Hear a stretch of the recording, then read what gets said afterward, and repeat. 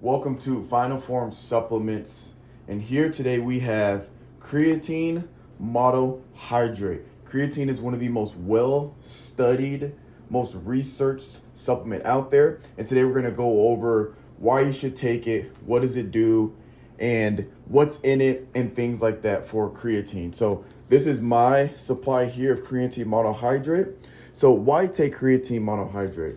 Creatine helps with recovery, building muscle, performance, and there's been recent studies to show that it has a lot of cognitive benefits as well. So what does it do?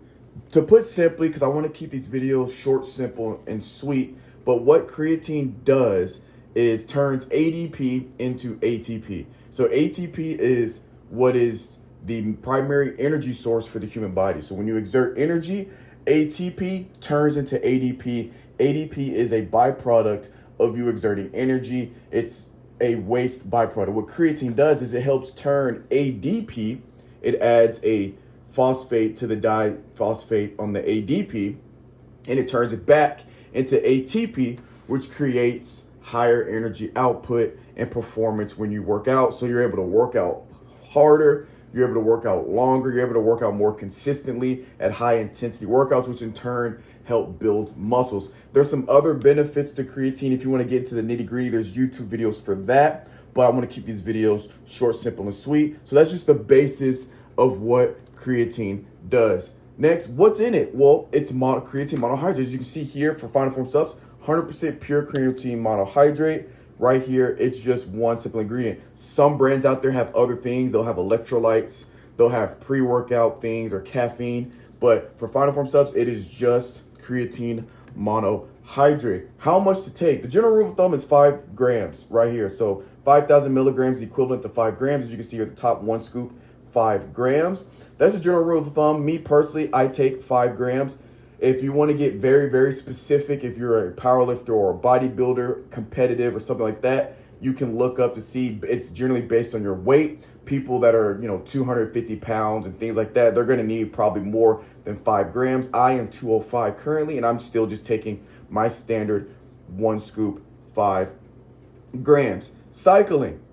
There's a lot of rules of thumbs for certain people about cycling. Some people take a loading phase where they take double the amount for the first 5 to 7 days, and then they go back to a maintenance phase, which is your 1 scoop. So some people will take 10 to 15 grams for the first 5 days, and then they'll just go to the 5 grams for their maintenance phase. Honestly, if you're going to take it every day consistently, there's not really a need to do a loading phase. I personally don't do loading phases. I don't cycle. Creatine is safe to not cycle. I've taken creatine every day for over a decade, since high school. So it's been well over a decade. I've been taking creatine consistently every single day. I don't cycle off of it. I make sure I always have my creatine on deck.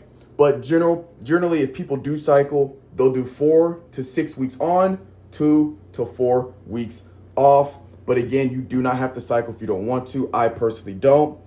But make sure you guys just read your labels to see exactly what's in there, because if you have a creatine that has extra stuff in there, you probably want to be cautious about taking 2 to 3x the amount that you're supposed to take, because those things might affect you. But remember, supplements are not a cure for anything. The best way to get the most from your supplements is to couple them with diet and exercise. All it takes is 30 minutes a day, a balanced diet, consistency, and your supplements can help you achieve your final form.